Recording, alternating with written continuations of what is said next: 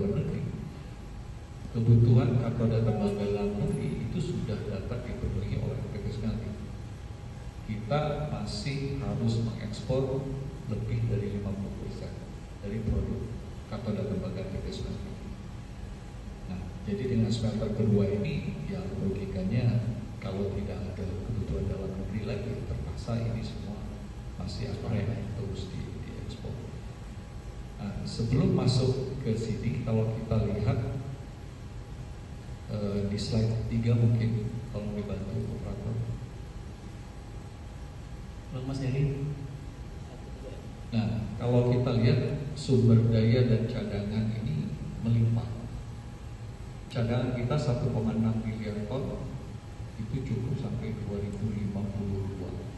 Walaupun IUP KPTRI itu yang saat ini berakhir di 2041, memang dengan regulasi yang baru, dengan PP baru, bahwa izin ini dapat diperpanjang sampai habisnya cadangan dengan setiap kali perpanjangan 10 tahun. Sumber daya juga melimpah 3 miliar ton.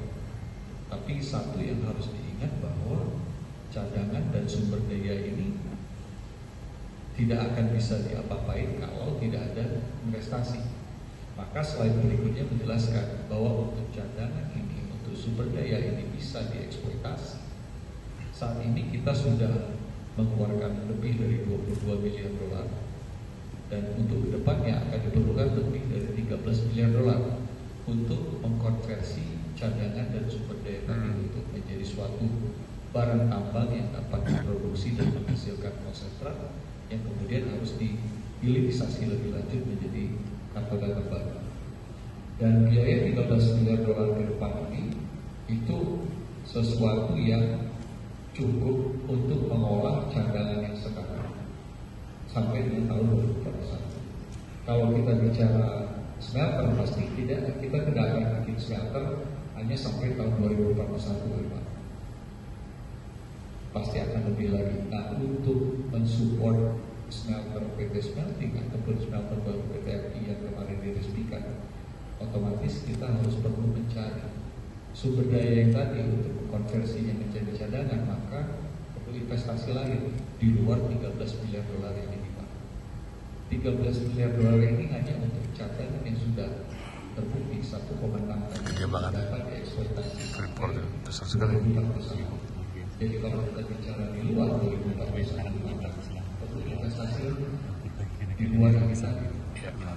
Dan 3,22 miliar dolar yang dikeluarkan di sini di luar dari 3,7 miliar dolar untuk smelter tadi. Jadi memang ini sangat-sangat capital intensif, dan ini juga menunjukkan bahwa untuk kontributor terbesar laba di pasokan mineral dari tambang ke smelter, investasi tambah ada timah, ada batu bara itu masih lebih besar lagi, dan itu harus dikeluarkan kontribusi sekarang. sendiri 60%. Kenapa? Karena untuk cadangan yang kita punya sekarang untuk underground yang kita operasikan sejak 2019, investasi itu sudah dikeluarkan sejak tahun 2005. Jadi perlu 15 tahun agar tambang bawah tanah import yang merupakan block caving yang terbesar di dunia itu dapat dioperasikan.